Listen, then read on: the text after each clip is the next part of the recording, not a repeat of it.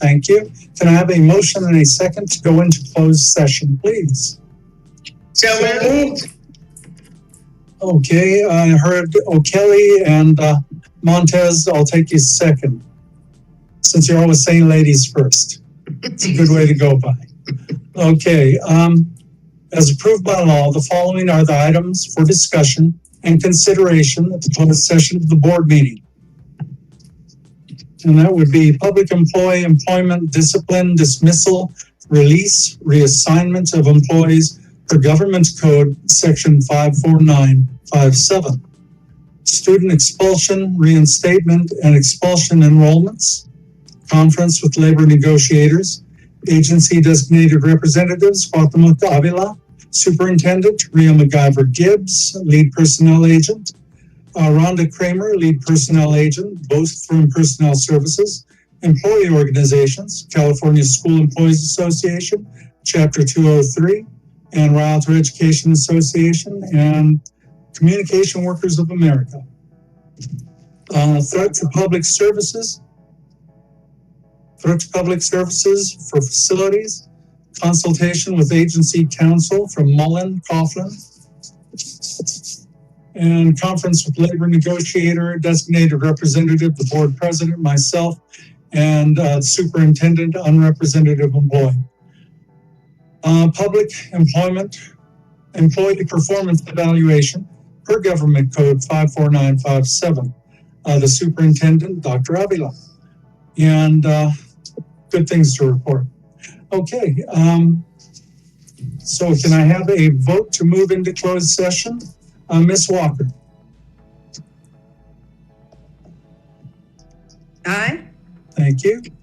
Ms. O'Kelly, to go into closed session. Aye. Thank you. Clerk Lewis. Aye. Thank you. Vice President Montez. Aye. Thank you, sir. I always say that, don't I? And myself, aye. The time is 6:04. Dr. Avila, would you move us into closed session?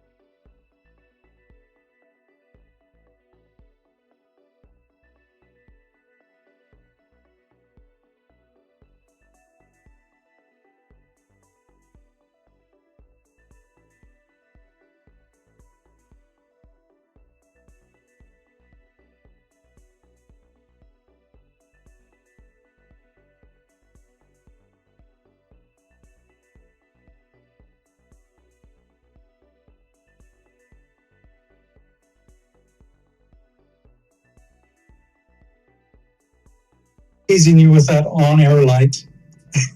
They are. It's on now. We're live. Okay.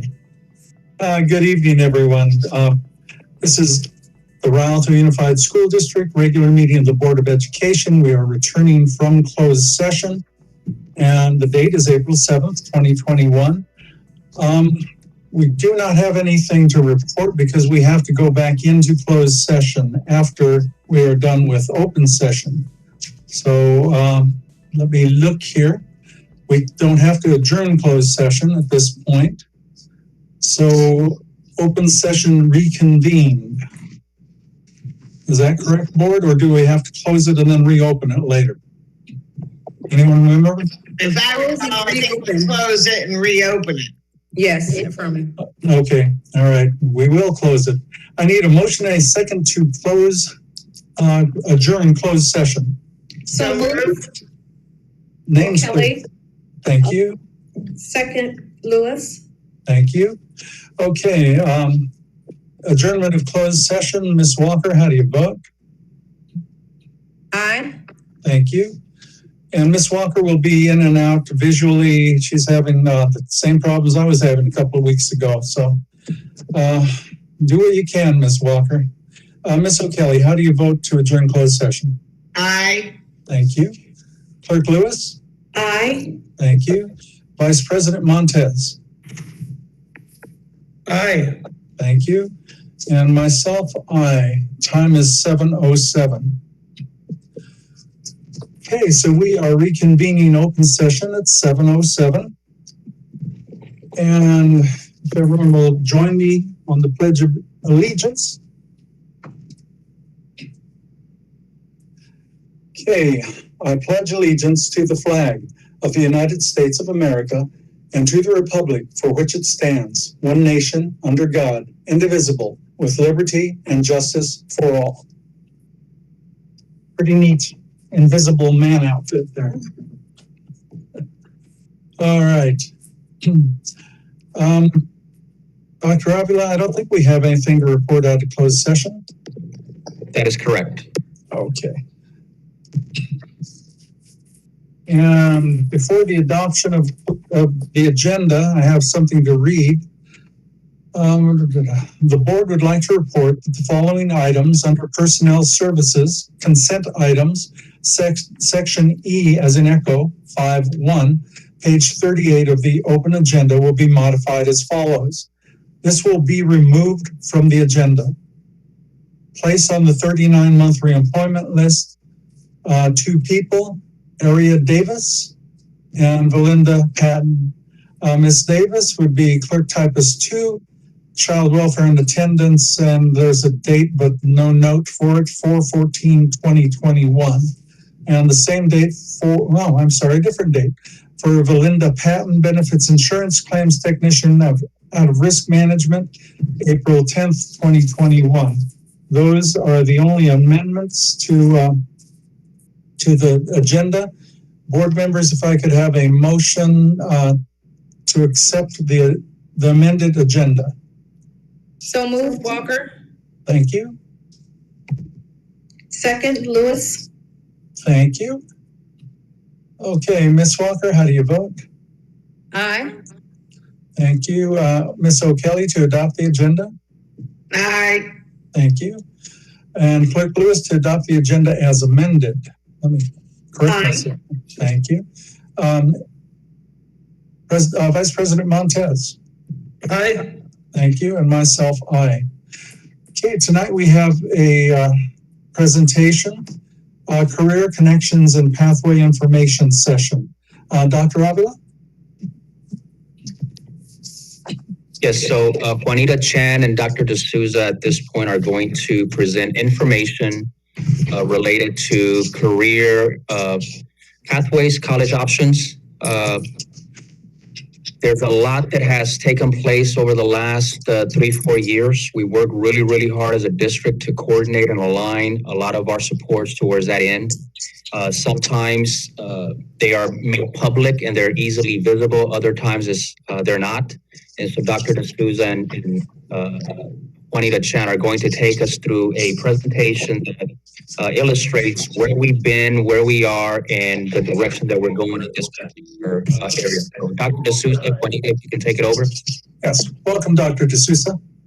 Good evening, Superintendent Avila, President Joe Martinez, and esteemed members of the board. I'm Dr. Ed D'Souza, the lead academic agent, Math Science College and Career, and I'm here this evening with Ms. Juanita Chan, the STEM and College and Career Pathways Coordinator. We're here to give a brief overview of the Career Technical Education, or CTE programs, and the progress that has been made over the past 2 years. We will begin with our graduate profile. The graduate profile was created in I'm going to hold on 1 second till we get the here right there. The graduate profile was created in collaboration with administrators, teachers, industry professionals, students, and parents. We identified the characteristics of an ideal 21st century worker: creative and imaginative, critical thinker and problem solver, ethical, effective communicator, and collaborative and interpersonal.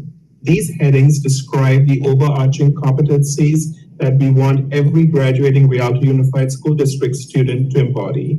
Under each competency category, you will see key observable attributes. This document is useful because when CTE teachers are preparing instruction, they refer back to this document to ensure that work-based learning opportunities provide practice in these skills.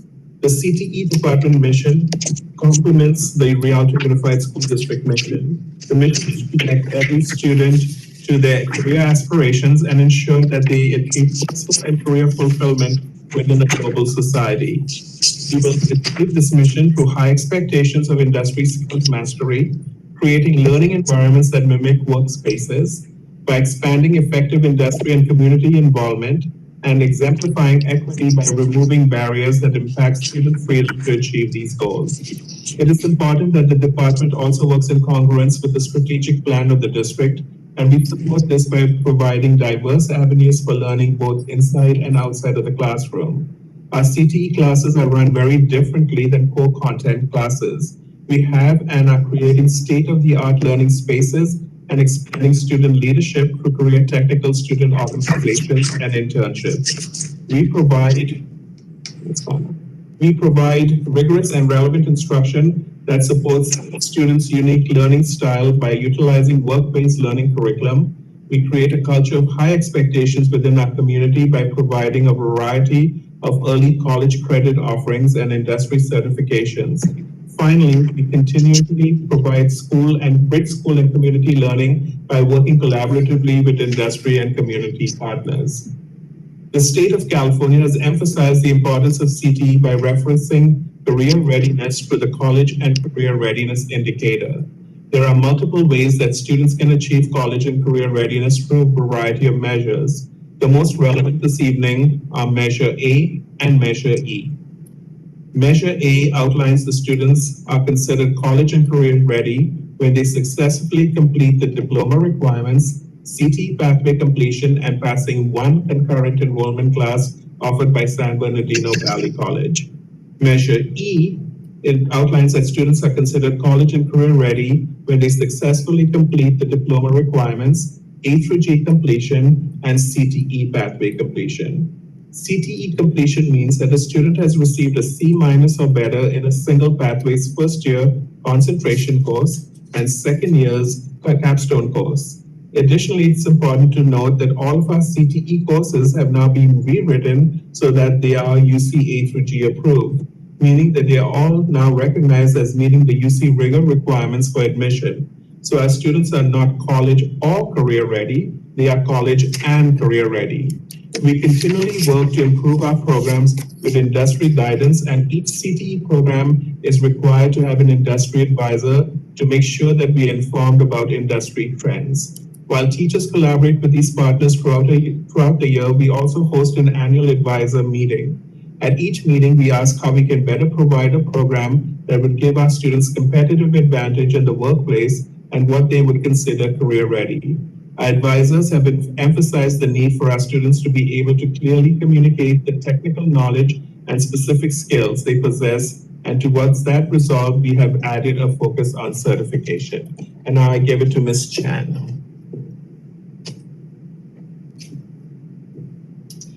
Certification is only as good as the certifying body. And so where possible, we've incorporated state and private certification, which we'll talk more about on the next slides.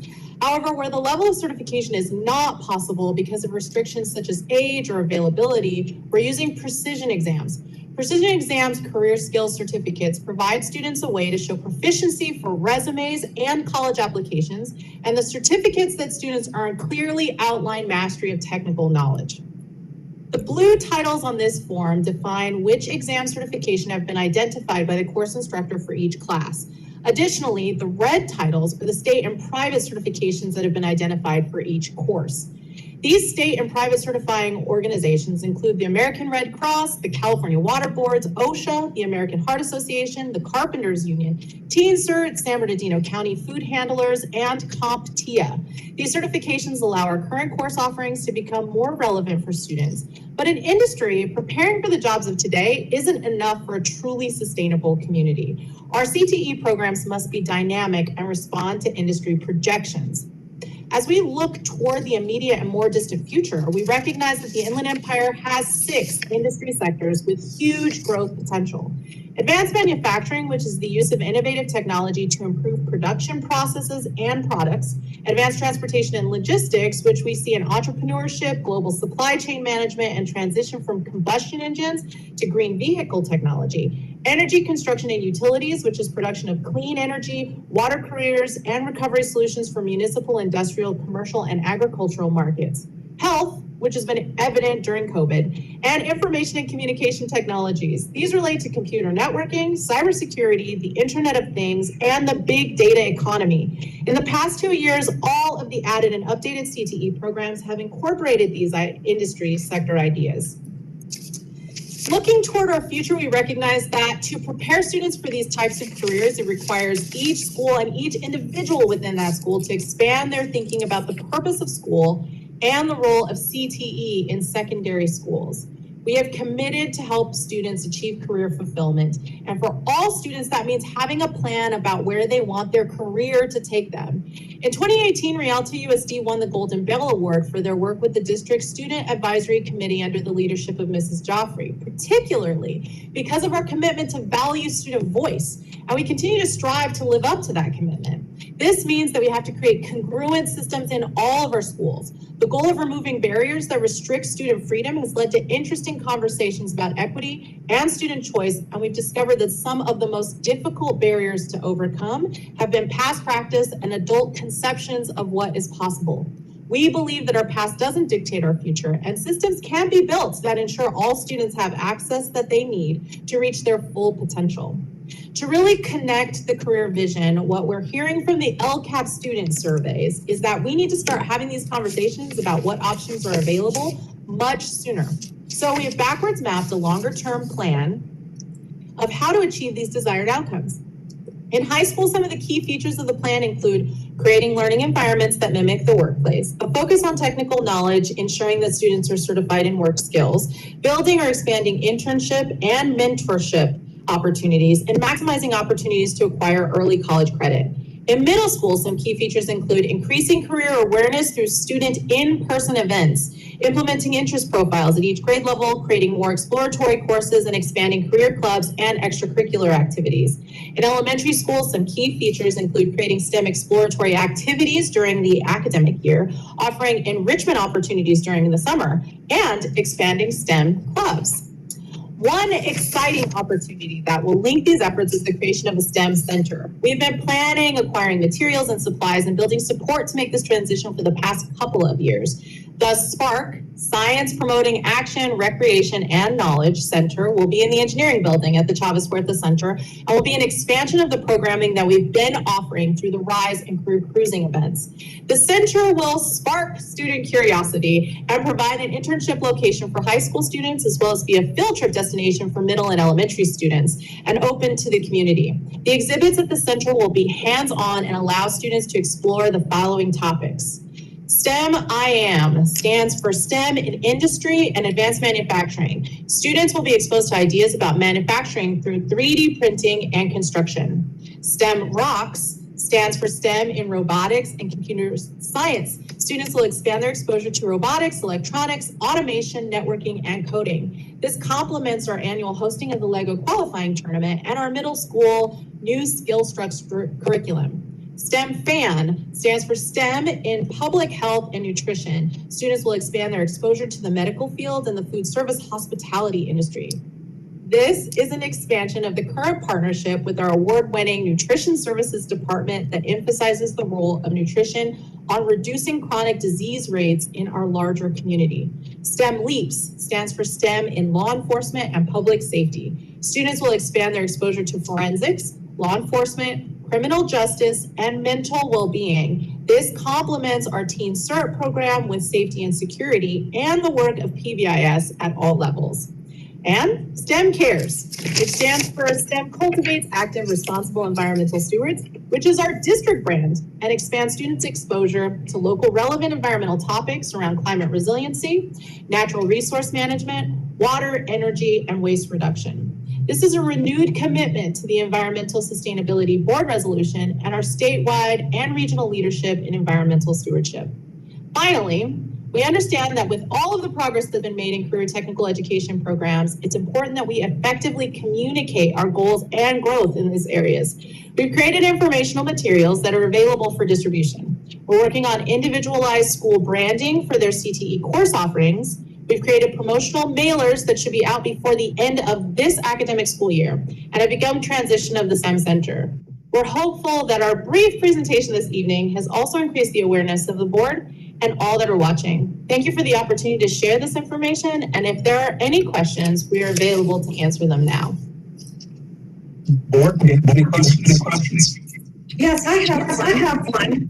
I noticed that the health health courses is not CTE certified,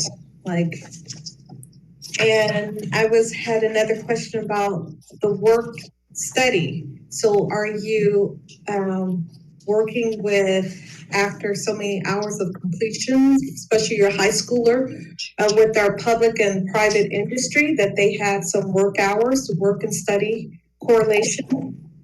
Yes, so I'm going to answer the first question first, which I don't think that I fully understood. So we currently offer multiple health and medical pathways. They all fall under that same pathway heading of patient care. Those are pharmacy, so the pharmacy tech, pharmacy clerk. There are nursing services. There is medical assisting, and then there's sports medicine. So there's 4 different ones that fall under that same pathway heading that you'll find under patient care. It's not CTE over that heading. So the not CTE one is for MESA, I think. Yeah. Oh, okay. Yeah, so there's another one that often gets clumped in with CTE, so we felt like we should mention it. It should be listed on this list, but that one's not. The rest of them are. The patient care ones are. And I think patient care is not comprehensive of the courses. So when people see patient care, they feel like they're cleaning a patient versus health and medicine. If you're marketing, I think you should really look at that term. Okay. The titles that are in that first column are the titles that correspond with the state issues a booklet that says what the names of the official titles of the pathways are. But each pathway, so for example, the sports medicine, I hear what you're saying about marketing to kids and making sure that it's attractive, exactly. So each high school in their individual branding have the opportunity to make sure that their individual branding is more linked up with their exclusive programs. So the nursing services one, for example, at Eisenhower, would have a unique brand, and the name would be catchier than just patient care. So we definitely hear that. The second part of your question, to respond to that goes along with the internship piece, is that, yes, we are currently working on that. The first piece that we needed to do was to outline for the industry partners what were the technical skills that we could vouch and say, hey, these are what our students are able to do. And right before COVID, we had started that internship piece where the students were going to have 300 hours during that second semester. Unfortunately, then there was COVID, and so we're going to start that back up as soon as we can do that safely. I'm not sure if Dr. D'Souza wants to add. We had the pharmacy 300 hours already established, but because of COVID, that kind of shut down. Yeah. So in all of the courses, that precisely is the next link in this process, and we were right there ready to start it at the end of the last academic year, and then it was like, well, we're going to have to wait until it's safe to do that for everybody. Thank you for that question. Other questions or comments? Hold on, let me see if this works. This Walker. Yeah, go ahead, Ms. Walker. Ms. O'Kelly is muted. Okay, thank you. And if I start dragging, just let me know. I'm just asking about the CTE courses. So I'm glad to see that we still have education on there. Hate to see that they still don't list it as one of the major careers needed in the Inland Empire when we know we have a teacher shortage. But glad to see we still have it at two schools as a pathway. But in particular, around not just the CTE courses that our teachers will be teaching, have there been any increased coursework with the dual enrollment courses for these pathways as well?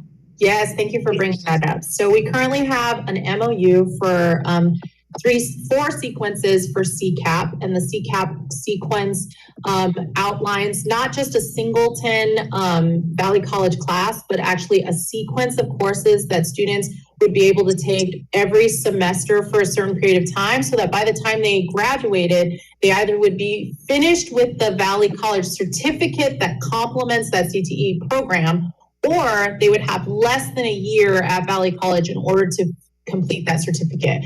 So the programs that we aligned those with are pharmacy. So at Carter High School, and actually they're open for all the high schools. It doesn't matter which high school that the student goes to, but the pharmacy tech certification is offered, that sequence.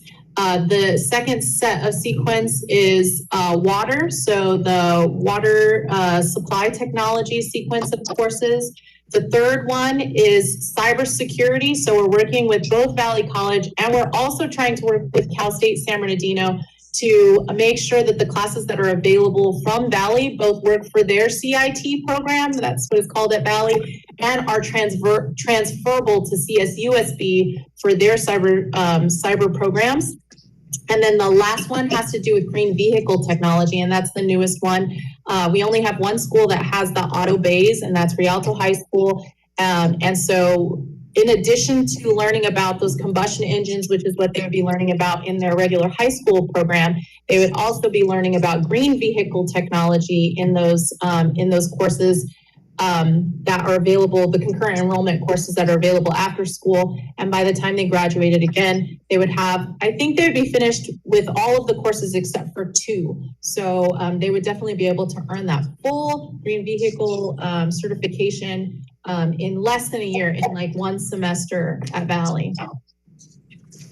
So just in follow up on that, is there, are you planning to list those courses in a way that that students and families know that there's that option to take those classes that are also that will satisfy, coursework at the college as well as the graduation requirements? So I've created course numbers, Ms. Walker, for all of the Valley College classes, which start with C, and so they would be in the 4-year plan for each high school. So when kids are signing up for the 4-year plan, they're all in one place for kids able to know about it. We also did a dual enrollment meeting with families, so they know that dual enrollment is as important as EP classes, and some of the dual enrollment classes are weighted in the district too. So that was an informational, but we're trying to make sure that families know, like you said, and it takes a little time that kids understand that this is something important. And most of our courses for our non-CCAP classes, which are academic classes, are basically all transferable or I get saved. And just to add on to that piece is we've been trying a couple of new strategies because we offer the concurrent enrollment classes and we've had a certain level of success and we want to exponentially increase the success that we've had there. And so we've identified problems with communication of those classes. And so we've tried a couple of different strategies. So this year, what we tried differently this last semester was that parent information night that was held virtually, as well as we put it on the regular course request forms. So one of the issues that we identified previous to this about why there was like a disconnect with students and families was that students were registering for their high school courses at a certain time and the college registration was a completely different set of dates. And so what we did was we worked with the college to make sure that we got the dates well enough in advance so that when they did their high school registration, it was listed on that same list of courses that they choose their regular high school classes. So that was the new strategy that we're trying, and we'll see how that works this semester, and then we'll keep refining. One other question: do you have, just off the top of your head, do you know about how many students we have participating in dual enrollment every year? Yeah. So with all of those classes, we try and get at least 20 students to enroll in each one of the classes. That would be considered full. Historically, so that would be we offer all of the CCAP classes as the dual enrollment and also the non-CCAP sequence that Dr. D'Souza was talking about. So that would be close to maybe 160. That would be our goal. We haven't fully established the full 160. So we're probably around 100, maybe 110 on average. And that's what I mean when we're saying we're trying to exponentially increase that number. And the other thing, Ms. Walker, once kids are in that class, it's that college class. And so basically, we want to make sure kids are successful. So we are putting another component in there. We're going to see if we can get tutors to support those kids in those college classes. And that's something we have discussed for this year's plan, because we want kids to be successful in their first year college class and not drop out and not have a D or an F on their permanent record at the community college. Thank you. Okay, Ms. O'Kelly, go ahead. And President Martinez, just to let you know, I'm going to drop off. My entire screen is frozen and my thing is spinning. So I'm going to reboot, get back on in a minute. Okay, see you in a little bit.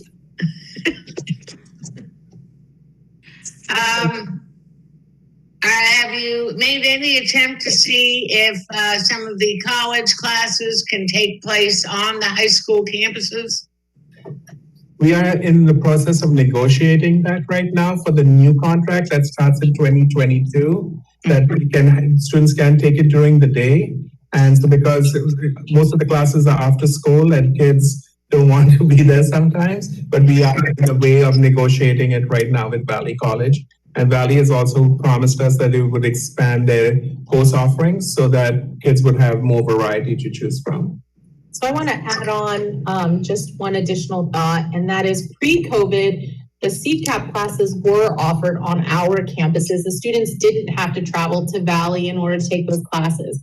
But like Dr. D'Souza said, they were after school. So the biggest transition at this point is to make sure that there might still be some that are offered after school, but that we could offer some also during the regular school day. But during COVID, what's happened is that all of the Valley College classes have also transitioned to a fully virtual environment.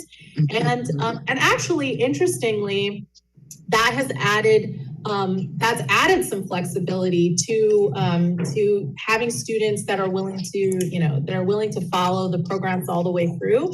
So we're also in conversations with Valley about offering maybe some classes that are in person on our campuses, but also continuing to offer some virtual classes because that has increased the flexibility for some of the kids, some of the students. Good.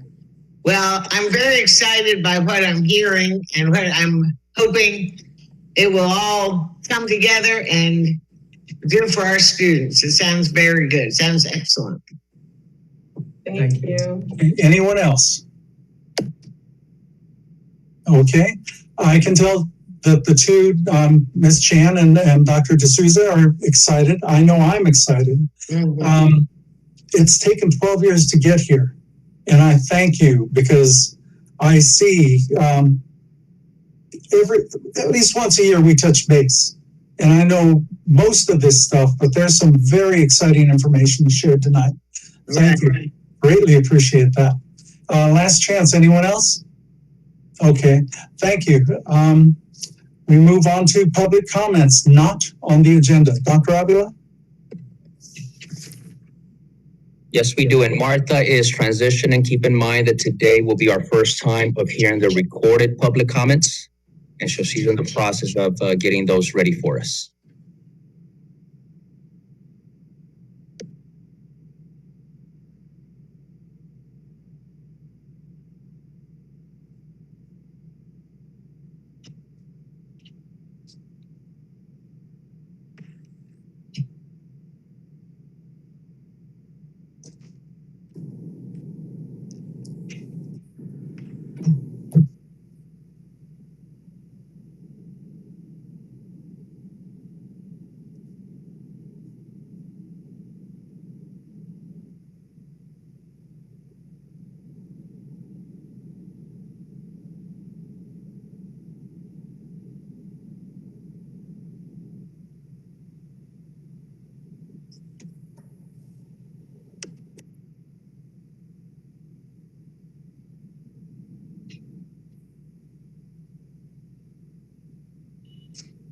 Good morning. My name is Brianna Lizardi, and I attend Eisenhower High School as a senior, and I'll be making an off-agenda statement/comment. I currently play for an AAU/travel ball team where all my teammates come from different areas of the IE. We have Colton, San Bernardino, Highland, Rialto, Fontana, Rancho, Corona, and Riverside. And also you have a couple players coming from the LA area, meaning those areas are highly numbered in COVID cases. But why is it that a nationwide organization opened up gyms and even hold events to travel to different states where cases may be higher or lower, feel like it is safe enough for student athletes to go indoors and play games with, of course, masks on at all times, temperature checks, and even some COVID testings and have practices. But our school, Eisenhower, has not even had conversations about letting our student athletes come back practice indoors and have a season. Not only that are my teammates coming back from high school practices where they practice indoors and talk about having games and feeling like life is becoming a little bit more normal. As a senior, it makes me sad because I won't be able to have a redemption year. Nevertheless, even touching our indoor courts at home. As for a week, there have been outdoor practices with, of course, protocols to keep our students as coaches safe. It made me feel safe as an athlete. And as far as I know, there are organizations willing to support our players with COVID testing to make sure every day we are coming in healthy and keep our peers around us safe. As a student athlete, hearing that other schools are participating in high school season and possibly playoffs, and now being a part of that should be changed. Basketball has never left my side, so don't take it away from me when there are ways to take part in and ensure safety for everyone involved.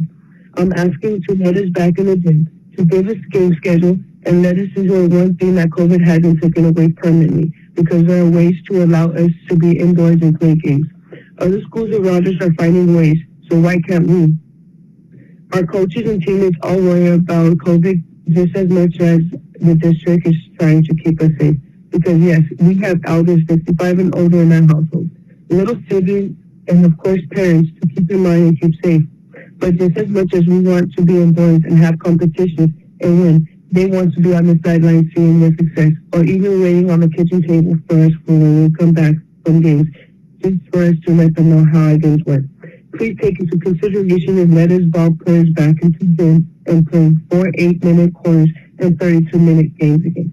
Let us wear our numbers, represent our school, and let us seniors have our last chance around. Thank you. Hi, this is Angel Broadhurst. Off the agenda. I think it is very important for these kids to get back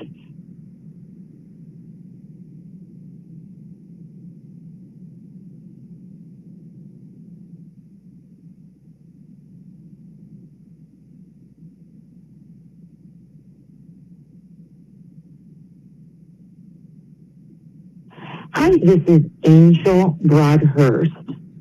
Off the agenda. I think it is very important for these kids to get back into the community, get back to playing that they love, something that they trained for years, something that's a passion for these children. It's time to open up these games for the children. I myself work with kids and have personal kids of my own. I think it's so important for kids to be able to have interaction with other children. It's been a long time for these kids, so please open it up for these children already.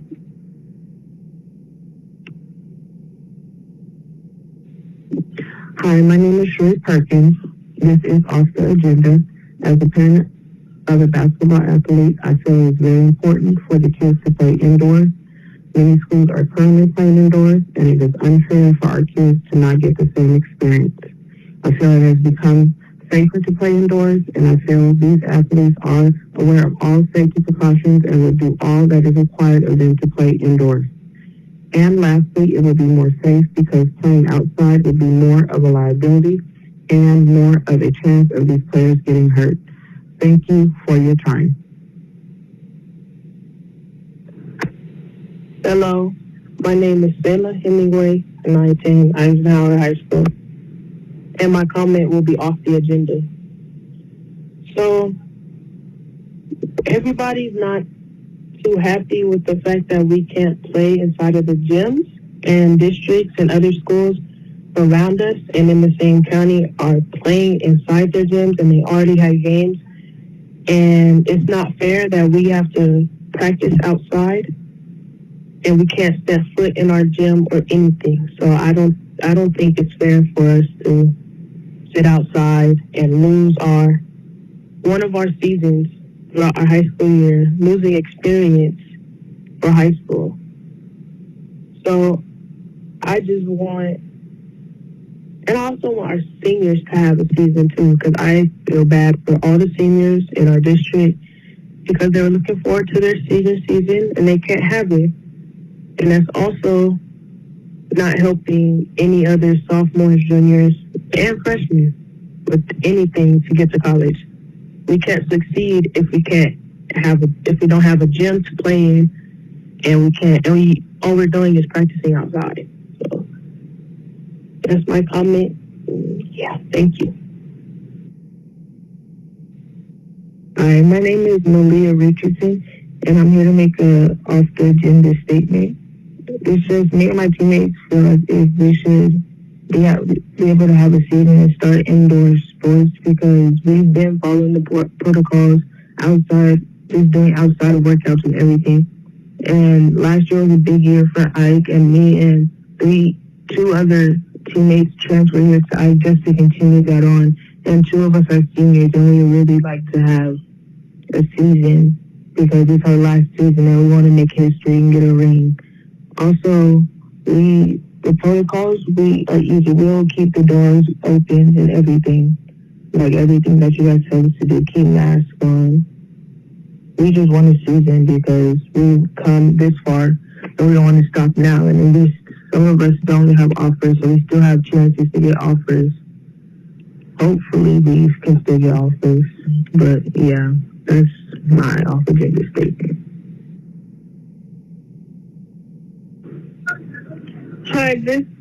Hi, my name is Mason Stones, and this comment is off the agenda. I'm just gonna say it's really heartbreaking and sad that the Rialto district can't play indoors when when CIS protocol is indoors. the fact that surrounding districts are playing real games and moving indoors already are in the coming weeks, and we don't even have a real plan for executing our game schedule in May. Moving indoors and nonetheless, moving indoors and executing protocols, we tried it for a week and it's been going great. We're all respecting the rules, so it wouldn't be hard to respect them indoors either. And I'm just calling to let you guys know that we really want to play this year, and we have so much potential for Ike and Eisenhower basketball. Thank you for your time. Yeah, bye. President Martinez? Elizabeth Hemingway. I am talking about an issue that is not on the agenda. I am the grandparent of an up-and-coming This one, please mute. basketball in Rialto. I don't understand the policy that prohibits. Yes, Ms. Walker.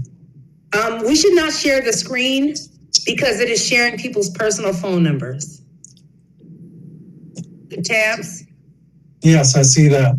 So can we not share the screen? Still play the audio, but not share the screen? Is that a possibility? Martha? Our tech support over at that end, I'm not sure if they know the program well enough. They might be able to pull it over right to enlarge the reading portion. Yeah, or they could just blank out the screen and just play the audio. Right, exactly. Just not share the screen. That would be fine. Good evening, President Martinez. Yes, sir. Just let you know the tech has informed me that it is not being displayed. We may be able to see it here, but it's not being displayed to the public. Okay, because I can definitely see it on my screen. Right. The public cannot see it. Okay. Okay, thank you. You're welcome. Thank you for catching that, Ms. Walker. Please continue. These athletes from playing indoors. Nearby districts have already resumed their indoor games, and I feel it's a disservice to our athletes to not have the same opportunity.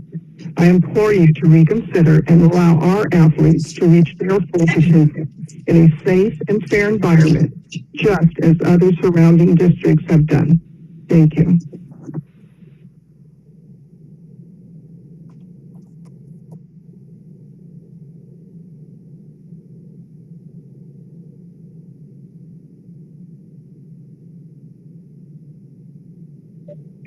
My name is Sandra Lopez, and this is off the agenda.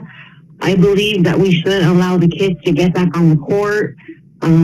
Not only is COVID getting better, other cities around us are playing.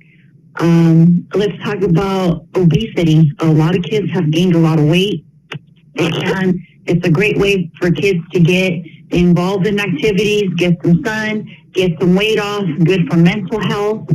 I think that is something that we must think about and get the kids back out there. Open up those gyms. Let's do it, please.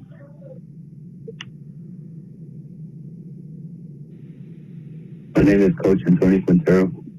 I'm a part of the coaching staff here at RIALTO, and I would like to thank you first off for the people in the board allowing us to return in the first place. I am very thankful for that. Being involved with students again this week has been the highlight of my 2020 thus far, and I am very grateful for you guys allowing us our return. Being a part of our return this week has been work in progress, and we have definitely been able to follow protocols this week. So I think that if it's possible for us to look into possibly coming back into a return for indoor sports, we would appreciate you guys looking into that. The fact that it's not part of the agenda this week was a bit shocking, a little bit, knowing that other districts surrounding us and stuff have been given the go-ahead to to go ahead and begin indoor sports in the next coming weeks, I would think that we can at least start talking about it, knowing that our seasons are coming up. So I appreciate that if that could be part of the conversation, at least something that we can discuss at least, and in the future meeting, potentially be a vote. I know you guys are looking out for us and the safety of our kids and stuff, but being a part of firsthand of being able to follow protocols and our athletic director at our site and everybody being able to follow everything. I think that as long as we have a good plan set in stone and it is relayed from the top down to the athletes, then I think that we can do a good job and we can follow all measures given, and I think it wouldn't be too hard to obey all protocols given. So I would appreciate if that is something that we can look into. So just start having that discussion at least for the following meeting, and at least having it on our agenda so that we could kind of get to the voting of that before our season does go, and we go a whole year without playing again. So thank you once again for your time, and have a good day. Hi, my name is Carson Perkins. I'm going to make an off-agenda comment. You should let them play in the gym because it's not fair because only college people can play.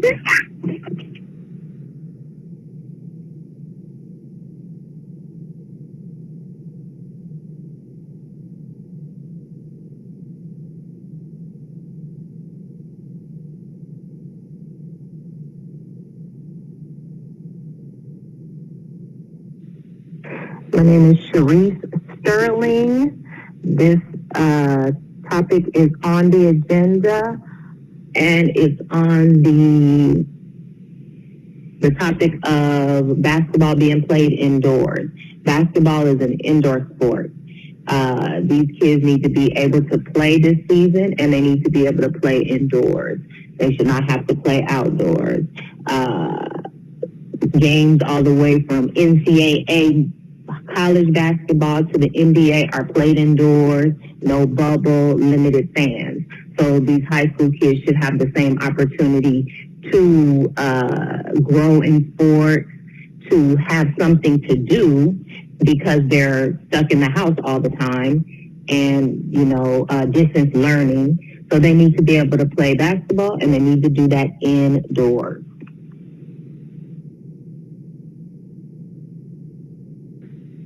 Sorry about that. Hi, my name is Kamai Middleton. I am making an off-agenda statement. I do play basketball. In my junior, one of the most important years of my chapter on playing basketball. For my fellow teammates, some of them are seniors, and I would be devastated if they don't get a chance to get out. I've been progressing so much with my game, and I don't want it to stop here. I would like to get back in the gym and be able to have some type of season like the rest of the district. We respect all the protocols like we do outside. It is very easy. Also, our coach said that there are companies that are willing to give us free COVID testing.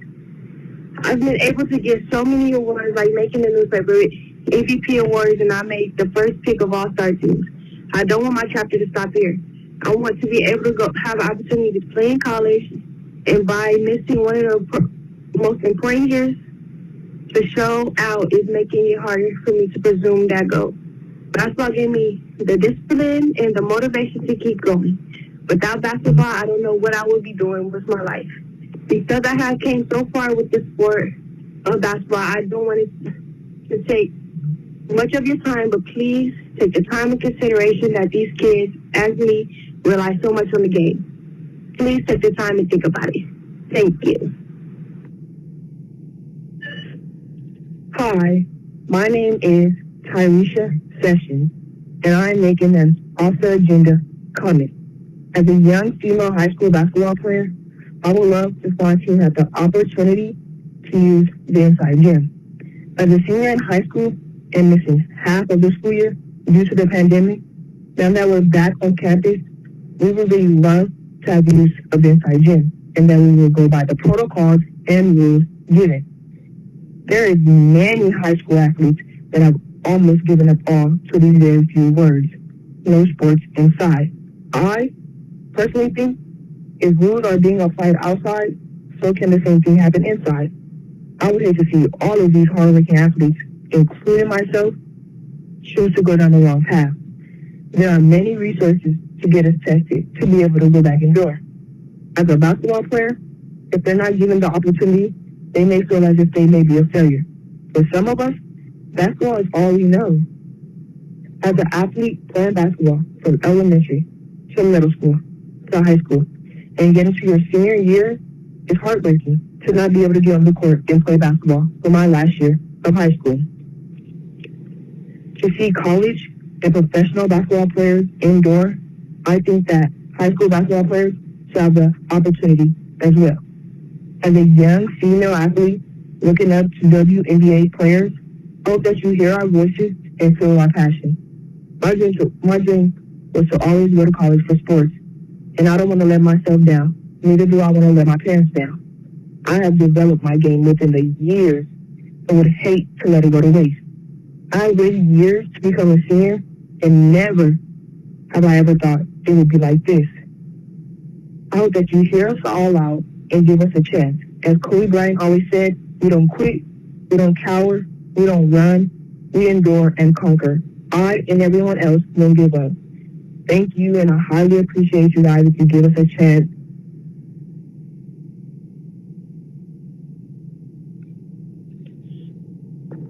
My name is Gina Todd. My comment is off the agenda. Good evening, board members and guest audiences. I have two sons currently at Carter High School. One is an athlete and the other is a senior, so I'm commenting on two issues. First, thank you for allowing the athletic program to begin in last Monday, April 5th. I will not waste my time in sharing my disappointment why it took so long. At this time, we have been told that family is not allowed in the stands. I am asking to please reconsider this decision so that we may be able to support our children. There are many reasons to reconsider, and here are two. One, yesterday, April 6th, the California Department of Public Health sent an update stating that spectators and observers are permitted pursuant to outdoor seated live events and performances. Again, this is from the California Department of Public Health. Two, San Bernardino County is now in the orange tier as of today, April 7th. I am uncertain if it was you, the board members, or Dr. Avila, or the high school administrators who made this decision, but if you have the power to allow the families to sit in the stands to cheer on and support our athletes, please do so. We can safely distance ourselves, wear a mask, etc. Secondly, I would like to personally thank Dr. Patricia Chavez, Mr. Wilson, Mr. Thomas, and all the other amazing staff teachers at Carter High School. While as principal at Carter, Dr. Chavez began the Alpha Scholars program. My senior was fortunate enough to take part in this and is now deciding whether to attend UCLA or UC San Diego to pursue his dream. As a senior parent, thank you for your consideration in possibly having an in-person graduation ceremony for our seniors, the class of 2021. I hope it comes to fruition. Seniors of the RUSD have not been able to enjoy anything this past year in celebration of their hard work. I'm hoping that the district has plans to congratulate them, and if so, please start sharing those plans with us, their families, as soon as possible. I know that the circumstances of our world today is very fluid, and I accept that. Please communicate with us more frequently as the year comes to an end. There have been many times a statement of, quote, caring only about RIALTO has been stated by board members. Have you cared enough about RIALTO and reaching out to other districts about what it is they have been done that has been successful during this time? Do you look at the agenda prior to meetings and do your research before voting? I'm not talking to all of the board members, but if the shoe fits, then please wear it. Thank you for your time. Okay, we've got one more minute, so this one's going to be the last one.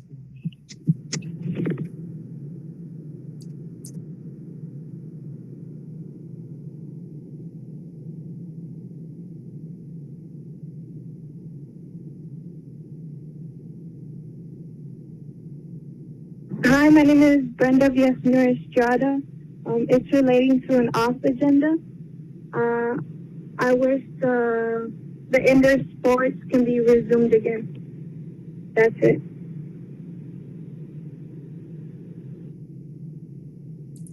That was short and sweet. Okay.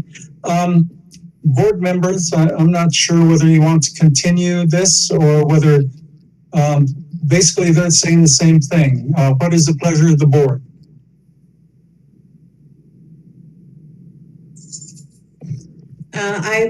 I wish we should continue. Okay, there's one. Any others? Someone make a motion to continue? Walker, continue. We have a limit on the number of comments we hear about the same topic. Haven't we reached that limit? We've reached that limit of 20 minutes. Historically, we have gone past that. Last meeting, I asked the same question, whether the board wished to entertain continuing past 20 minutes, and if so, how many more? Because they're saying the same thing. Well, I think I get the gist of what they're saying. Absolutely. I don't need to really hear anymore. I need a motion to either continue or to not continue. Comment? Go ahead. I appreciate Board President Martinez asking the board for direction or for opinion. Technically, the chair has the ultimate say whether or not to continue. So in essence, it's up to you, Chairman. That is fine, and I am asking for the board's backup one way or another. If they said something different, that would be one thing, but how many more do we have? Do we know? We do. There were a total of 25. And then how many have we gone through?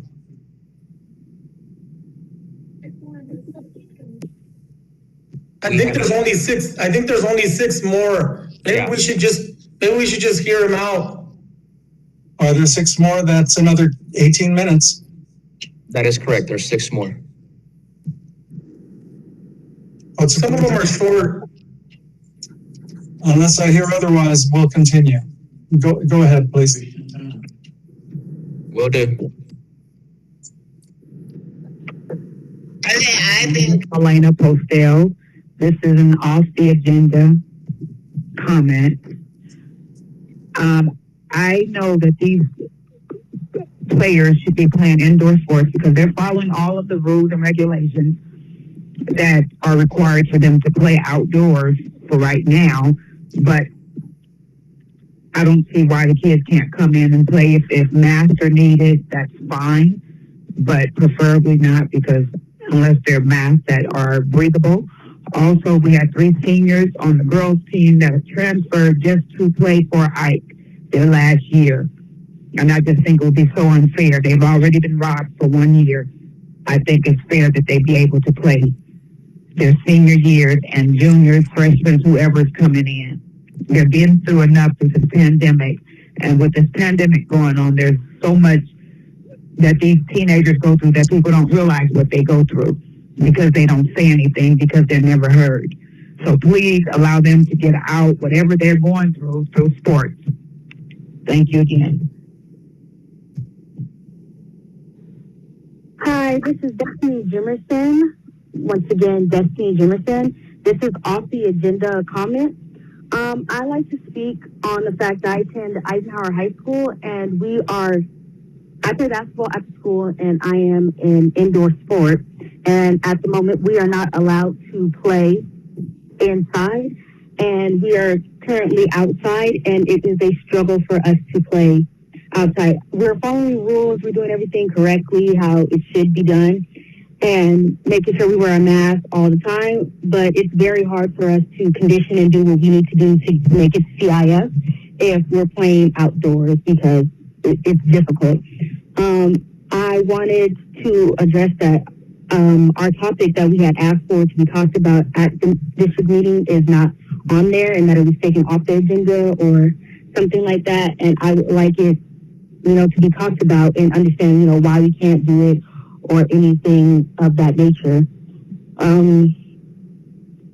Just once again, it's just a struggle for us. And it's like we're the only sport that is indoors besides volleyball. but volleyball is not even playing right now. It's just basketball. And we make sure that we stay to the rules because it's hard during COVID times, and we know that we want to keep everyone safe and not get COVID, but it will do us great to help ourselves and get better and seek our goals in life if we were working indoors to get better, because all we can do is just run outside for right now. And I mean, we're going to be a strong team on not being tired, but if we're tired, if we're not, if we're not working on our skills and our handles, we're not getting better and we can't go further along than we did. Eisenhower High School's girls basketball team did make it to CIF championship games. Unfortunately, we lost when we got there. But that was with hard work and dedication that we did indoors. And we did a lot of work indoors. We need the baskets, practicing our shooting, things like that. And I would like it, we could talk about it and understand why we're not able to do that and put it back up on the agenda. So it would be greatly appreciated if we got it on the agenda to be talked about. Once again, I'm Destiny Jemison.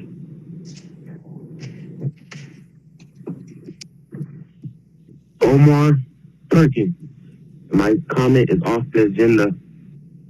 I feel it is important for the girls and everyone of the RIALTO Unified School District to play sports indoors because that is the only way you'll get the full sports experience. The only way the kids will be able to enjoy their full season.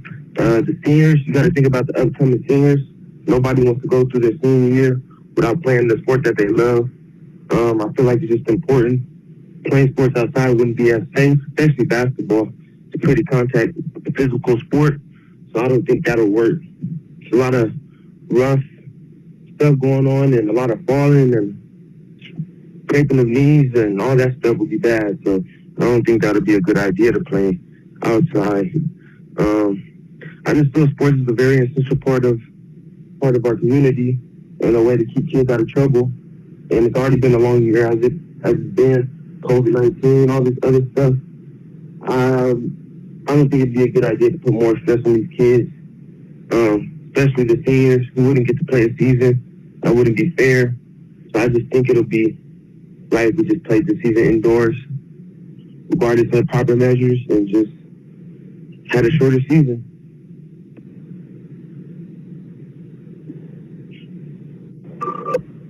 My name is Rashid Horsford, and my topic is off the agenda.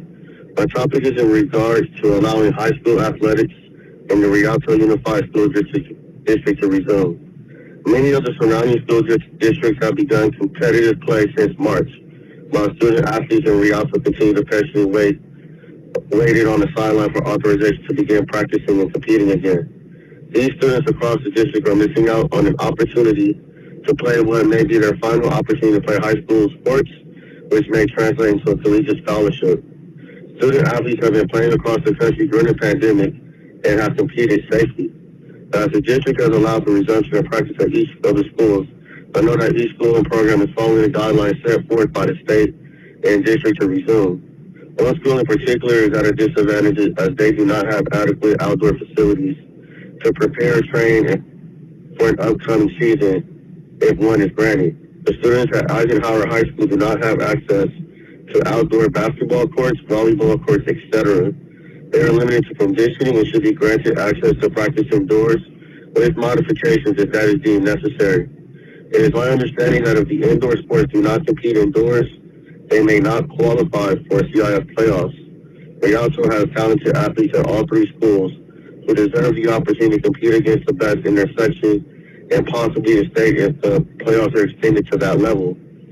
The students did not create COVID-19. They have managed and endured during this time in hopes of this small window of possibility that their sport will return. Effective today, April 7th, San Bernardino County has moved to the orange tier. Indoor sports, I know, are required to wait until the yellow tier. However, granting an exception to this guideline will have a tremendous positive effect throughout the district.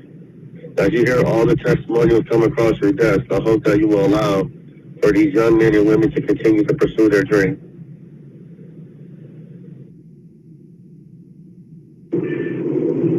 Hello, my name is Myrtle Bush. I'm the grandmother of Sailor Hemingway, and my comment is off the agenda. And I'm calling to say that I think the girls or the guys or whatever should be able to play inside of the gym. Because outside, it's just hard. It's cement. And I think they'll be a little more safer if they're inside.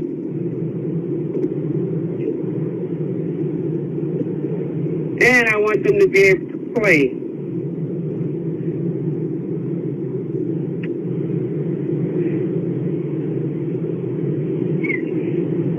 Thank you. Tobin Brinker, item not on the agenda. Board members and Superintendent Avila. Teachers in Rialto and around the state of California had to reinvent what it means to be a teacher this past year. COVID has created many new experiences for us, and the state has created some new bureaucratic hurdles for us. The hurdle that I wanted to speak about tonight is something called an engagement log. The board may not be aware of what the state has done and how these logs have complicated the lives of our teachers. So I wanted to explain what I deal with and then talk about where we are now and what I hope you will all join me in doing to fix the problem. This year, I'm teaching 6 classes and close to 200 students. I plan lessons, take attendance each day, and grade every assignment just like a normal year. The state now also requires that I create a weekly engagement log that shows who attended my class and did the work. The idea being to measure when kids do not attend, but manage to complete the work anyway. If the work gets done, then we count them as having attended. The log requires me to create a synopsis of each day's work and note who was present, attendance, and who completed the work, grades. At the beginning of the year, we were provided a spreadsheet to track this data and a separate form for the lesson descriptions. That original engagement log went through something like 7 different iterations before we finally had an integrated system from Synergy. I spent hours each week creating these logs. The logs are meaningless for me and do not help improve my instruction. They duplicate data that is already available in many sources, such as attendance reports, grade books, Google Classroom login data. Recently, we were informed that there are errors with our old logs and that we needed to fix them. Some school sites are paying teachers for their time to do that work, and others are not. This has created an equity issue. I would encourage Dr. Avila to look into it and find out how each school site has handled it. Who got paid and who didn't? How much were they paid versus the work that was done? Once you know the scope of the problem, I would encourage you to sit down with REA to find an equitable solution that respects the work and time our teachers have put into this.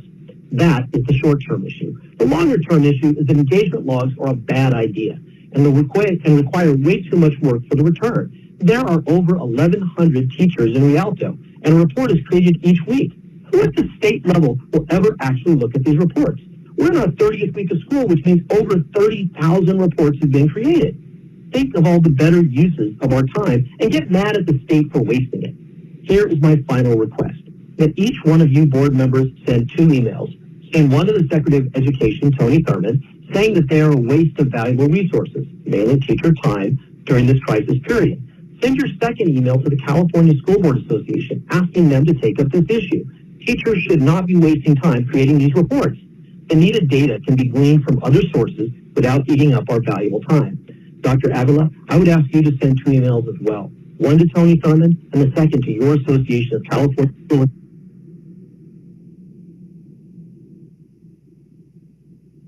And that is it. And that second last one was on the agenda? Not on the agenda, okay. Sounds like the alligator got Mr. Brinker there. The 3-minute rule is enforced by Google Voice now.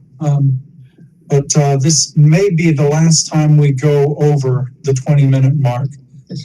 That'll be up to the board in the future, but to hear the same thing over and over again is valuable for the speaker. But they could have said, I just enforce number 1 or number 2. So I don't know how easy it is to get a group together and make these calls. But if you're going to all say the same thing, I don't know. It gets tedious, and I saw some loss of focus if you look at the videos here. So anyway, we move on. Dr. Avila, do we have updated information from the CDC or from any entity on why we're playing outside and not inside? I believe it's 10 minutes if it's inside and pretty much unlimited if it's outside. If I have Derek on standby to answer that question, but know that today is our first day of being in the orange, and so it's the first day of permitted activity indoors. So that is something that we can look into then. Correct. We can look into it, and as we did previously, the board can consider calling a special board meeting to officially authorize for the participation of indoor sports. Okay, I will get, we'll go into closed session again anyway, and we can discuss that, whether to put it on the agenda next time or have a special board meeting. Yes. Thank you. Okay, we are on public comments on agenda items. We have none. Okay. And then comments from association, executive board members, RIALTO Education Association. We have none. California School Employees Association. Yes, we do.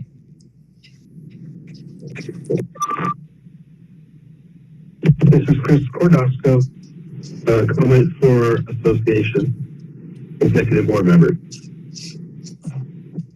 Good evening, Rialto family. I'm Chris Cordosco, Chapter 203 president.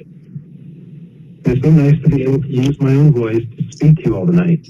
Thank you to those of you who made this possible. Tonight, I'm only here to brag. The classified staff here at Rialto continue to amaze me every day. Throughout the last year, there have been many challenges that our staff and district have worked together to resolve. Many administrators have let me know how proud they are of their staff.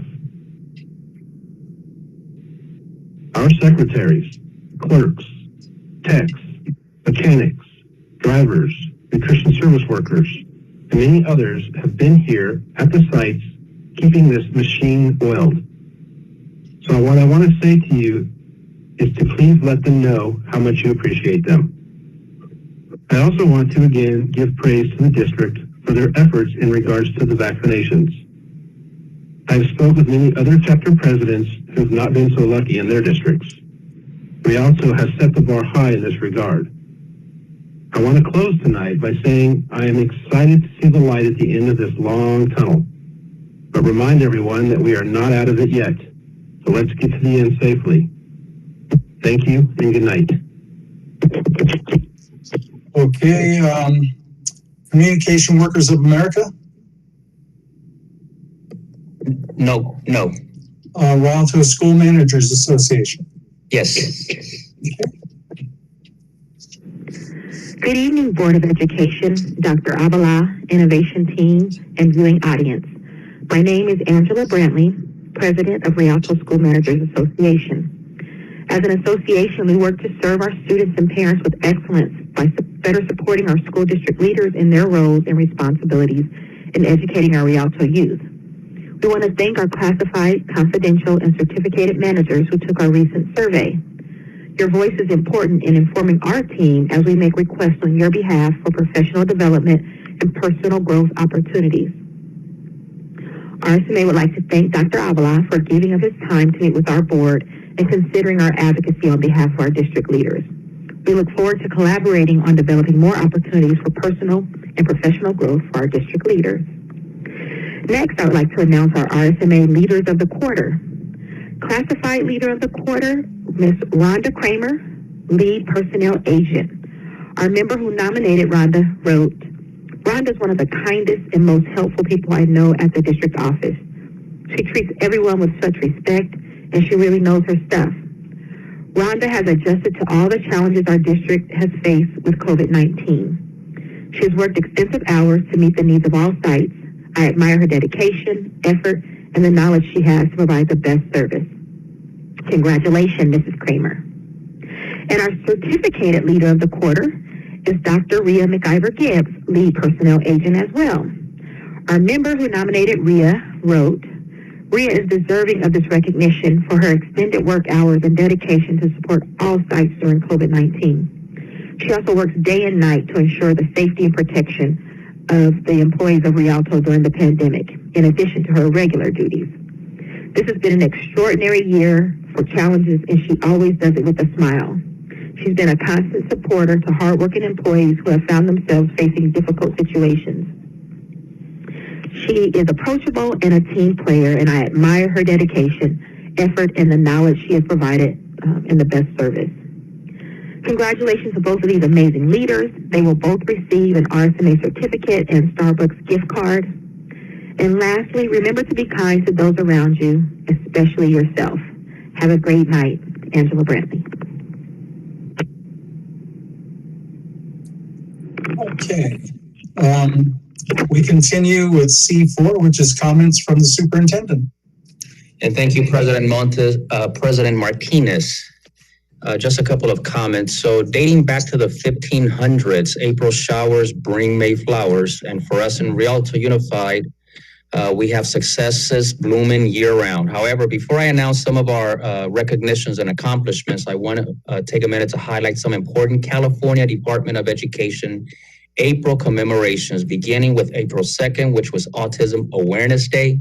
Additionally, the month of April is Autism Awareness Month. The CDE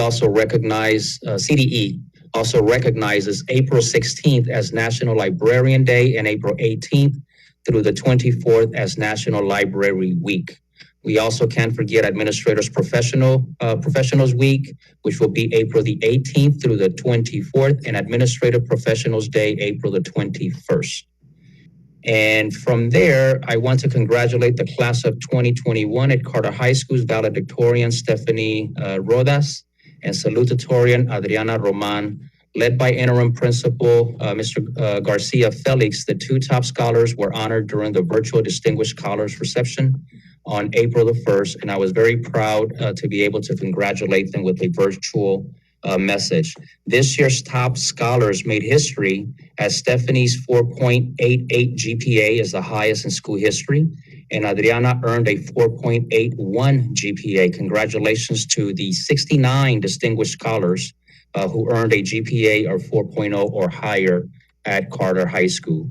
And leaving the Lion's Pride and entering Eagle Nation, we're also proud of Eisenhower High School's Principal Camacho, who announced last week that Susana Sotelo will be the Eisenhower High School's 2021 valedictorian with a GPA of 4.8, and Dalia Torres will be Ike's salutatorian with a GPA of 4.59. Congratulations to both of them. And also, Rialto High School and Ike will be holding their Distinguished Scholars ceremonies in the coming weeks. But heading into night territory, congratulations to Liliana Rojas, a Rialto High School senior, for earning runner-up in the 2021 Multilingual Recognition Dinner Student Essay Scholarship with the County Office of Education. And that is all I have. All right, thank you, Dr. Avila. Okay, comments from our student board member. Go ahead, Ms. Lopez, take it away. Good evening, everybody. Before I get professional and I say what I was gonna say, go Lady Eagles basketball team. I see y'all. Y'all bombarded us, but I see you guys. I'm proud to be a part of it. I'm proud. But things that I wanted to discuss for the evening was I, on Monday, got to record a video for reopening school next year, and it was great and exciting, and I wore cool red leather pants, so when you see them in the video, spot them because they're awesome. And I just wanted to thank all the people from Eisenhower who were there. I got to see some friends in masks and safe, but I got to see some friends, so I was very excited about that, and I got to hang out with Saida, and that was also very fun. I haven't got to do that this year, so I'm very excited about that. It was informative and engaging, and I was super excited about that. Also, I took my sister to her very first at-school practice this week. I drove her to Eisenhower, and she went there, and she did her COVID check-in, and she was safe, and I was super excited to be able to do that this week, and I saw a lot of familiar faces and a lot of excited students there as well, so I want us to know that we did make an impact there. I saw a lot of happy students and a lot of happy parents dropping off their babies. So I also wanted to congratulate all of our valedictorians. I am proud of you. Look at y'all doing it in a pandemic. You get an extra seal, something extra. I'm so proud of each and every one of you from all of our schools, from Carter to Rialto, I'm so happy to know a couple of you. So high five to all my ladies out there who got their valedictorian and their salutatorian stuff. But it was a very good week. It's a very good week. Very positive things came out of it. So I'm very excited. So yeah.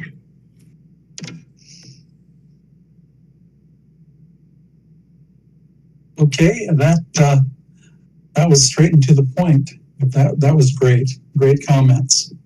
Okay, comments from members of the Board of Education. Ms. Walker, it's coming to you. Good evening, short and sweet. This month is Earth Day, so start preparing early, just to make sure that you do something in remembrance of Earth Day. Also, for those of you who do not or have not already gotten your vaccines, if you're interested in getting vaccinated, if this is specifically for young people, if they have not already been vaccinated as of the 15th of April, those vaccinations will be available for young people starting at the age of 12 and up. So please check your local community, even if I know some parents have contacted me to ask whether or not we were doing them.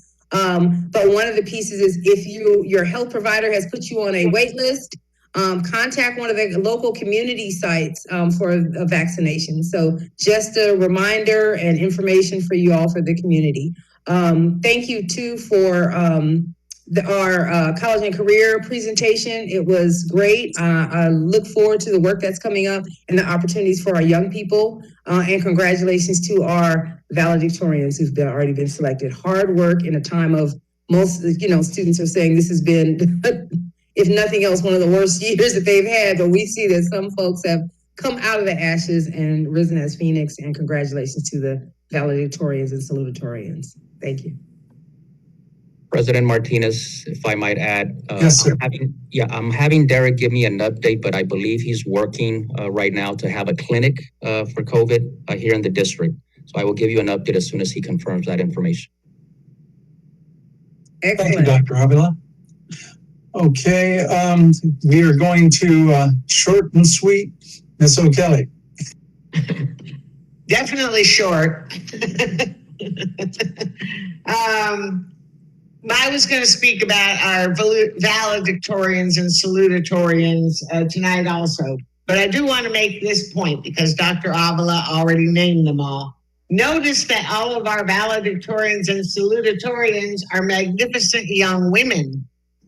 We are so proud of each and every one of our 2021 vals and sals.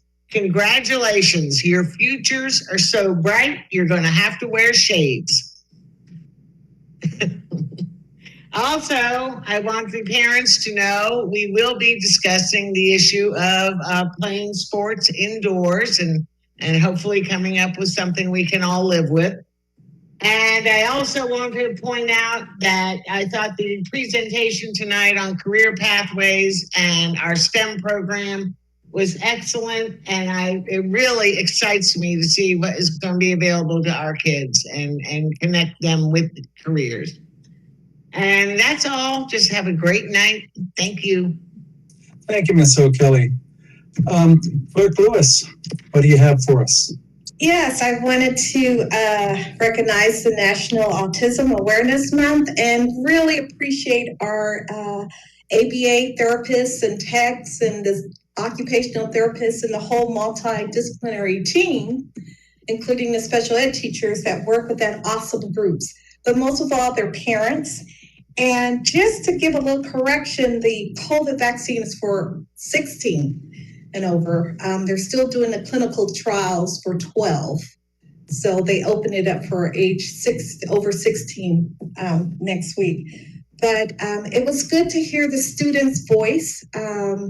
Thank you, communication team, for the recorded, and Vice President Montez for recommendation of that. It was good for people to speak in their own voice and just to hear their passion. Also, I was able to just reflect on, and my heart is heavy because one of the founding artists of Blaxican art passed away. And people have a lot of artistic ability, and they're using a new format of art in their culture. And so just recognizing just the talent. So I too was very interested in the CTE pathways and learning more about that. And I think we're going to lead the school district and having that process. Thank you very much. Okay, thank you very much, Clerk Lewis. Vice President Montez. Go ahead. Thank you, Board President, Mr. Martinez. I just I just want to say thank you and you're welcome to Dr. Avila, saving him from having to read all those comments. But honestly, thank you, Dr. Avila, and Communications Department, IT, and everybody at the district that made it happen, because I think it's important that people do have the opportunity to speak in their own voice and be heard. So thank you very much for that, and I'm sure the community will be also very happy about that. I want to also congratulate all of the valedictorians and salutatorians in our district. I want to say a special congratulations to my very own goddaughter, Dalia Torres, at Eisenhower High School on becoming a salutatorian.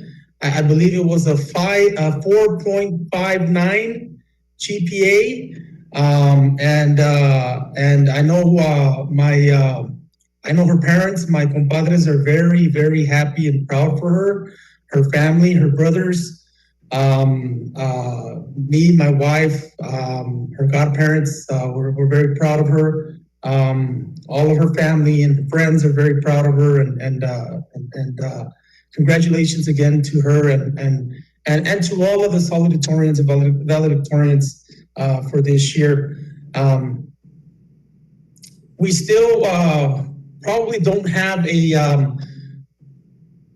full, complete picture of how the graduations are going to play out, but I'm sure Dr. Avila and his team are working on trying to develop the best and safest process to celebrate the graduations. And I just want to continue to ask for parents and students to be patient and understanding during this difficult time. But I'm sure we'll have our graduation ceremony as best as possible. I also want to just thank Mr. Derek Harris from Risk Management. Derek did an awesome job throughout his involvement with offering the vaccines to district staff and facilitating that. I'm sure other district staff were involved with that, and thank you again to Mr. Derek Harris and all of the people that were involved.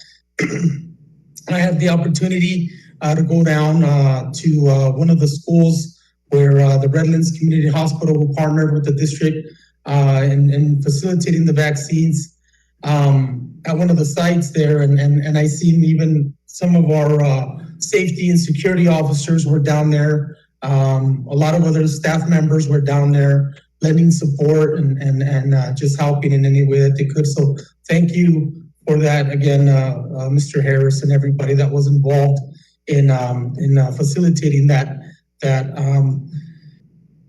event. And I'm glad that more people, not just district staff, but more and more people in the community are getting the vaccine. I wholeheartedly respect everybody's decision, whether you believe in the vaccine or you're against the vaccine. I completely understand, but I do want to just say that I believe it's a good thing. And I encourage, and I'd like to encourage as many people as possible to get the vaccine. All of that is going to help us really start the process as far as reopening our schools, going full-fledged with our sports. The more people that get vaccinated, the less the number of infections. As we progress through the tier levels, I just can't wait for this whole COVID thing to be over, and I'm sure a lot of people feel the same way. So thank you for everyone that's helping with that effort, right?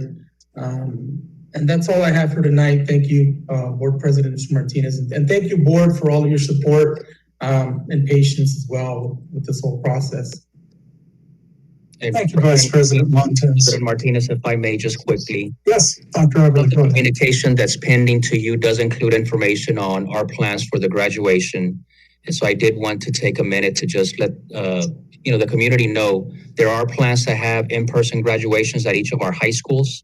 We are planning to have 3 ceremonies at each school of 200 or so students in each ceremony to allow us to meet those new guidelines that have been established. There will be, I'm not sure if it's 4 family members per student, but that information will be messaged to the community before the end of this week. So that is in the works, and we've been working on this, anticipating the release of the new guidelines. Staff has spent a lot of time planning for this. We just could not go public with this, but as of right now, plans are in effect. Okay, thank you, Dr. Avila. That's kind of information the public wants to know, and they want to know as soon as possible. I know we're going to hear about the number of family members, though. We have in the past. That's a low number for any family that I know, but it's better to have one like this than the drive-through, is what I'm gathering. Yes. It's better than nothing. Yeah. Okay. My comments really are based on sports, but Vice President Montez, thank you for having the idea of using Google Voice. Actually, staff probably finessed that down to Google Voice, but having it recorded was your idea, and that was a great idea. I love hearing everyone's voices and everyone's demeanor, the tenor. You can hear it coming across. But I am so tired of COVID and doing this online. I want to see you face to face. I want to give old handshakes and have a regular graduation and attend those events. And it's not just the kids. It's not just the kids, okay? Even this old guy gets it. I was kind of dismayed. I used various venues to get my news. This one came from YouTube, and it was a CNN health update dated April 6th. And the CDC says, per CNN, children may be spreading COVID-19 through extracurricular activities like sports. So we have to be very careful. And even if we're going into the orange, that's all good and well. The CDC is starting to put the brakes on. And that's all I'm saying. I want to get everyone inside and safe, and scraped knees are much different on blacktop or concrete versus a gym floor. Totally get that. So for parents and guardians, again, it's under CNN Health. And April 6th, the byline is Megan Marples for CNN, MARPLES for CNN. And we've got a busy night, so I'm going to stop right there. But to all my kids, I miss seeing you at all your year-end events, and I'm proud of all of you for hanging in there. Very proud of what you're accomplishing. Okay, we have D, public hearing, open public hearing. Can I have a motion and a second on D1, please? So move, Clerk Lewis. Thank you. Second, please. Second. Thank you, Vice President Montez. Okay, California School Employees Association, Chapter 203, the 2021 and 2022 2 proposal pursuant to the requirements of government code and board policy. The attached initial contract proposal for the 2021-2022 school year submitted by the California School Employees Association, CSEA, for an agreement between the California School Employees Association, CSEA, and the Rialto Unified School District Board of Education is hereby posted in compliance with the legislative requirements for public notice. That was a mouthful.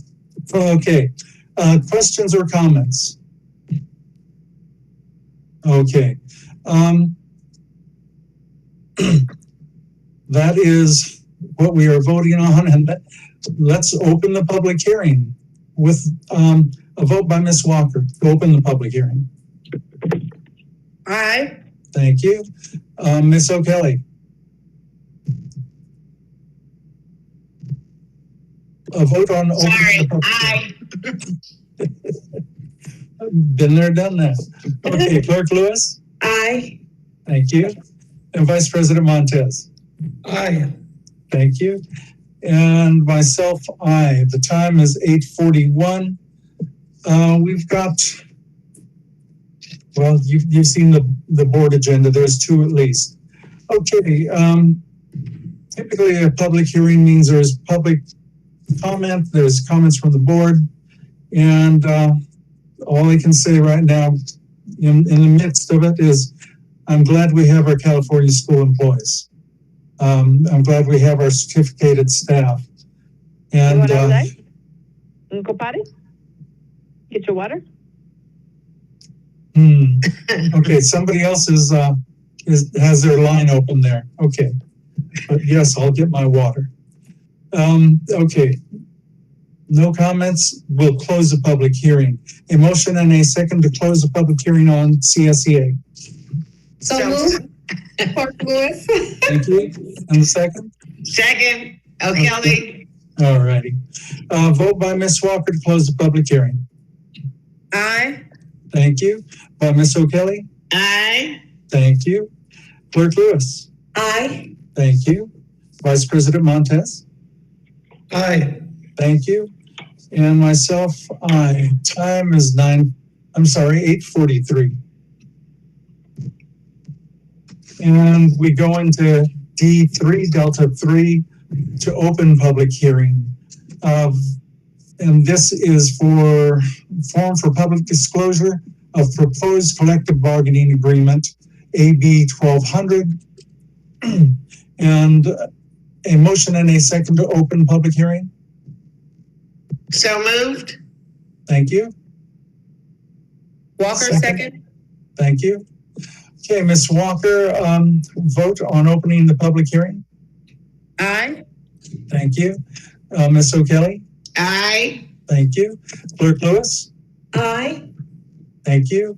Vice President Montez? Aye. Thank you. And myself, aye. Public hearing is open at 8:43. And this is to the form for public disclosure of proposed collective bargaining agreement, AB 1200. If you've never seen one and you're wondering where your public money goes, how it's spent, especially if you're one of the union officers, good form. Pay attention to this one. It's great information to learn how to read it, or if you know how to read it, the information you're looking for. Pursuant to the requirements of government code and board policy, the attached form for public disclosure of proposed collective bargaining agreement, AB 1200, statutes of 1991, chapter 1213, as revised by AB 2756, statutes of 2004, chapter 25, government code 3547.5, between the Communication Workers of America and the Rialto Unified School District Board of Education is hereby posted in compliance with the legislative requirements for public notice. There's one of these for each bargaining unit. So if you're wondering how the monies are divided and spent and so forth, it's out there for you. Okay, comments, questions? All righty. Motion to close public hearing. Move to close public hearing. Thank you. Second. Thank you, Vice President Montez. And Ms. Walker, vote to close public hearing. Aye. Thank you. Ms. O'Kelly. Aye. Thank you. Clerk Lewis. Aye. Thank you. Vice President Montez. Aye. Thank you. And myself, aye. The time is 8:46. Okay, here we go again. Feels like deja vu all over again. I make a motion to open public hearing. Thank you. You read my mind. Need a second? Second. Thank you. Okay, vote by board members to open the public hearing. Ms. Walker. Aye. Thank you. Ms. O'Kelly. Aye. Thank you. Clerk Lewis. Aye. Thank you. Vice President Montez. Aye. Thank you. And myself, aye. And that's 8:46. We are discussing 2021-2022 proposal to RIALTO Education Association, or REA. Pursuant to the requirements of the Government Code and Board Policy, the attached initial contract proposal for the 2021-2022 school year submitted by the Rialto Unified School District for an agreement between Rialto Education Association, REA, and Rialto Unified School District Board of Education is hereby posted in compliance with legislative requirement for public notice. Questions or comment? Note to all the associations, thank you for getting all the stuff, all the negotiations done up front. Like, we didn't have this always. It's an important deal when it comes down to budgeting long term. Thank you, really, right here from an old union guy. Okay, questions or comment? Okay, vote to or motion and second to close public hearing. Move to close public hearing. Second. Thank you. Ms. Walker. Aye. Thank you. And Ms. O'Kelly. Aye. Thank you. Clerk Lewis. Aye. Thank you. Vice President Montez. Aye. Thank you. And myself, aye. And time is 8:48. Okay, consent calendar items. All items on the consent calendar will be acted upon in one motion unless pulled by Board of Education members or the superintendent for individual action. Can I have a motion and a second? So moved, Clerk Lewis. Thank you. Second, O'Kelly. Thank you. Ladies, thank you very much. Vote by board members to approve consent calendar items. Preferential vote by student board member Destiny Lopez. Aye. Thank you. And by Ms. Walker. Aye. Thank you. Ms. O'Kelly. Aye. Thank you. Clerk Lewis. Aye. Thank you. Vice President Montez. Aye. Thank you. And myself, aye. Okay, we are moving and trying to catch up because we still have closed session to go back into, folks. Okay, we are going to discussion action items. F1, resolution number 2021-26, authorizing temporary borrowing between funds of the school district for fiscal year 2021 and 2022. Motion and a second before we have questions and comments. Move to approve this resolution. Thank you. Second, please. Second. Walker. Thank you, Ms. Walker. And adopt resolution number 2021 authorizing temporary borrowing between funds of the school district for fiscal year 2021-2022. Comments by board members? Questions?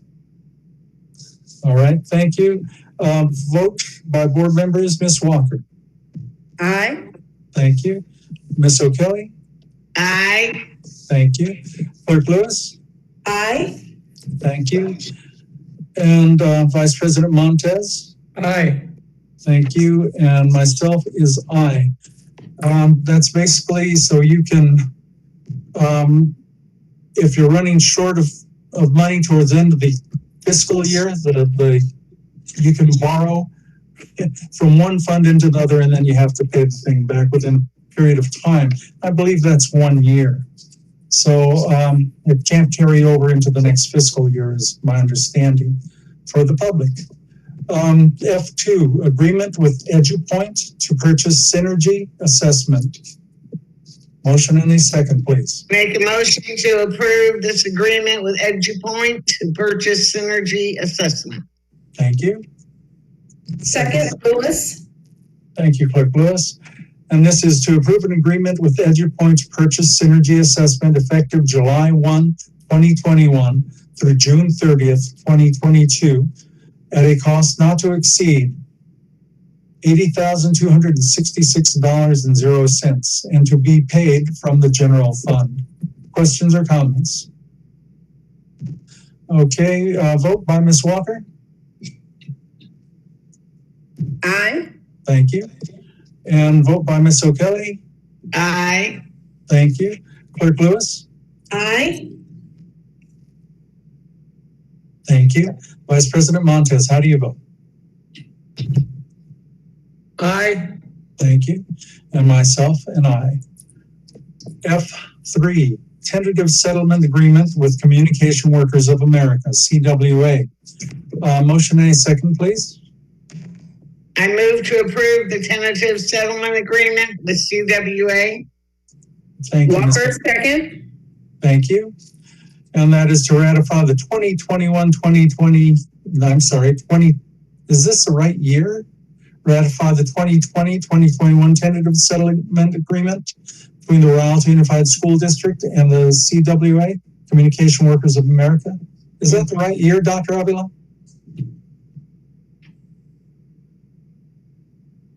We're checking right now. Okay.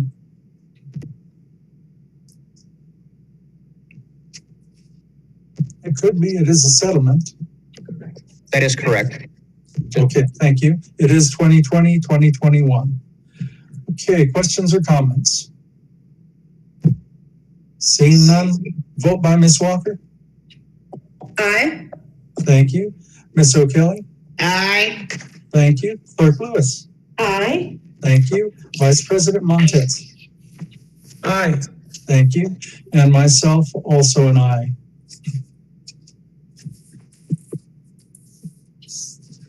Okay, F4, to approve extension of students with qualified services transportation, RFP, that's a request for proposal, I guess that stands for, P17-18-009.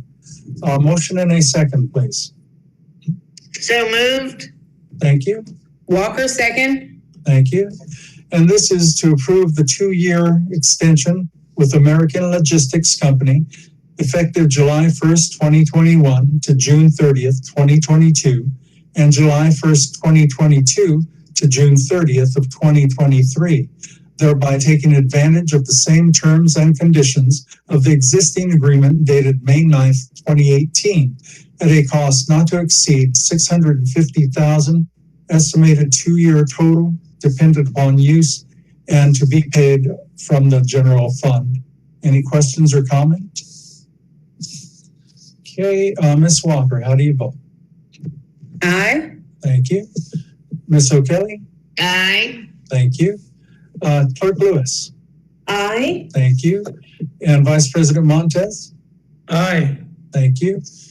And myself, aye. Okay, in lieu of adjournment, we have to go back into closed session to deal with 1 or 2 items that was not finished. And let's see here, gotta follow the pattern here. Okay, can I have a motion and a second to go back into closed session? So moved, Clerk Lewis. Thank you. Second. Who was the second? I think it was, Montez. Thank you. Okay, and we are going back in to finish some of this. I'll go ahead and read it. Public employee employment discipline dismissal release reassignment of employees per government code 54957, student expulsions, reinstatements, expulsions, enrollments, conference with labor negotiators, which we just voted on basically, and threat to public services or facilities, consultation with agency counsel, Mullen Coughlin, and then conference with labor negotiator for government code 54957 between the board president and superintendent, Dr. Avila and myself, and unrepresented employee. Public employee performance evaluation, and that is to finalize his evaluation, which everyone's going to be happy with. Okay. Okay, vote. Did we take that vote already, folks? Board? No. Okay. Ms. Walker, going into closed session, how do you vote? Aye. Thank you. Ms. O'Kelly? aye. Thank you. Clerk Lewis? Aye. Thank you. Vice President Montez? Aye. Thank you. And myself, aye. Time is 8:56. And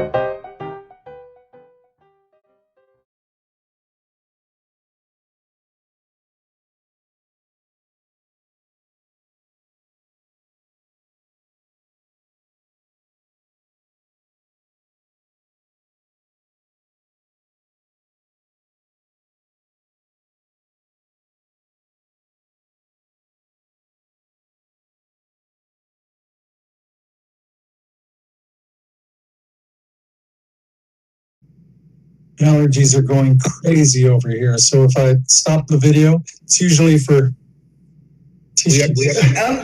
We're back on air. We're back live. Right. Thank you, Dr. Avila.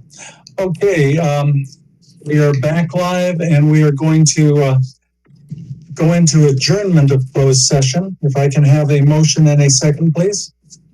So moved. Walker, second. Okay, thank you. And Ms. Walker, how do you vote to adjourn closed session? Aye. Thank you.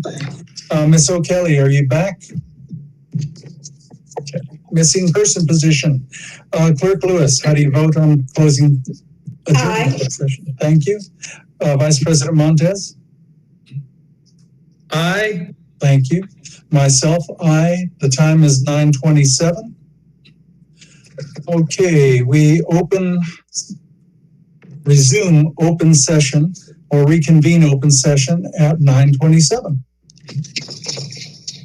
And report out of closed session, Dr. Avila. Yes, we have one. The Board of Education accepted the administrative appointment of Diane Romo, Lead Business Services Agent. The roll call vote was unanimous. Excellent. And now we move to adjournment. The next regular meeting of the Board of Education of the Rialto Unified School District will be held April 21st, 2021 at 7 p.m. and available to the public via YouTube stream. Materials distributed or presented to the Board of Education at the board meetings are available upon request from the superintendent's office. A motion and a second to adjourn, please. So moved, Walker. Second. Okay. Thank you, Ms. Walker. I'm sorry, the next regular board meeting will be held on April 21st. 21st. Okay, it was 7th. Okay. And Okay. And our student is doing her homework or in bed or meeting with family. So, Ms. Walker, how do you vote for adjournment? Aye. Ms. O'Kelly? Not. Okay, Clerk Lewis? aye. Thank you. Vice President Montez? Aye. And myself, aye. And I've never been so glad. Adjournment time at 9:29. Thank you, board. Thank you, staff. Thank you, Rialto community. Have a